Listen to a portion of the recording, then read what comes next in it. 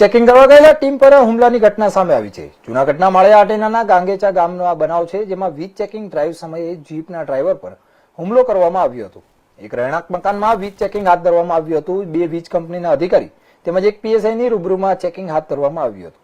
વીજ કંપનીની ટીમ જેતપુરની હોવાથી પ્રાથમિક માહિતી રહેણાંકના મકાનની બહાર જીપના ડ્રાઈવર ઉભા હતા, ત્યારે 3 અજાણ્યા ઇસમો બાઇક પર આવ્યા હતા અને તમે ચેકિંગ કરવા કેમ આવ્યા છો તેમ કહીને તીક્ષ્ણ હથિયારોથી હુમલો કરીને નાસી છૂટ્યા હતા. ઇજાગ્રસ્ત ડ્રાઈવરને સારવાર માટે કેશોદ સરકારી હોસ્પિટલમાં ખસેડવામાં આવ્યો હતો અને પોલીસે વધુ તપાસ હાથ ધરી છે.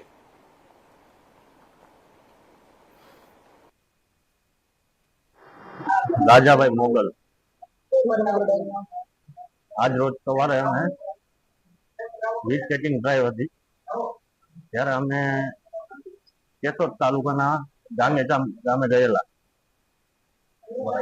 ત્યાં અમારા અધિકારી ટીકે રાદડિયા સાહેબ, અમારા લાઇન સ્ટાફ પરમારભાઈ અને પીએસઆઈ વાડેર સાહેબ એ સાથે હતા.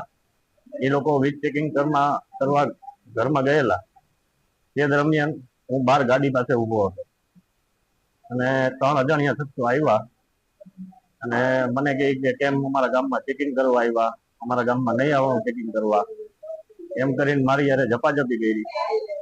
પછી તીક્ષ્ણ હથિયાર વડે હુમલો કર્યો અને મને માથામાંથી બહુ બ્લડ નીકળવા માંડ્યું. પછી હું બેભાન થઈ ગયો હતો. ત્યાં એ લોકો ભાગી ગયા અને હાલ અત્યારે કેશોદ સિવિલ હોસ્પિટલમાં. અને એ તે બાઇક લઈને આવ્યા હતા, એની નંબર પ્લેટ હતી.